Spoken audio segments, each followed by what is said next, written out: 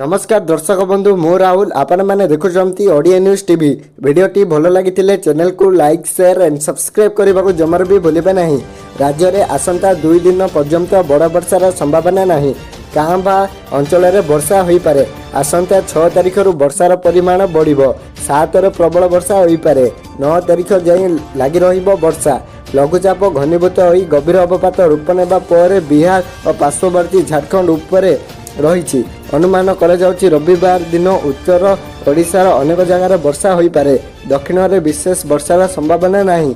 सोमवार दिन अल्प किछि जगार वर्षार संभावना अच्छी। 6 तारिख वर्षार प्रकोप बढ़ उत्तर उपकूल में अधिक वर्षार संभावना थिबा बेले बालेश्वर भद्रक केन्दुझर मयूरभंज सह अनुगुल ढेंकानाल प्रबल वर्षा हो पारे। 7 तारिख राज्यर अधिकांश अंचल में वर्षा हेबो। अनेक जिले में प्रबल वर्षा हेबो।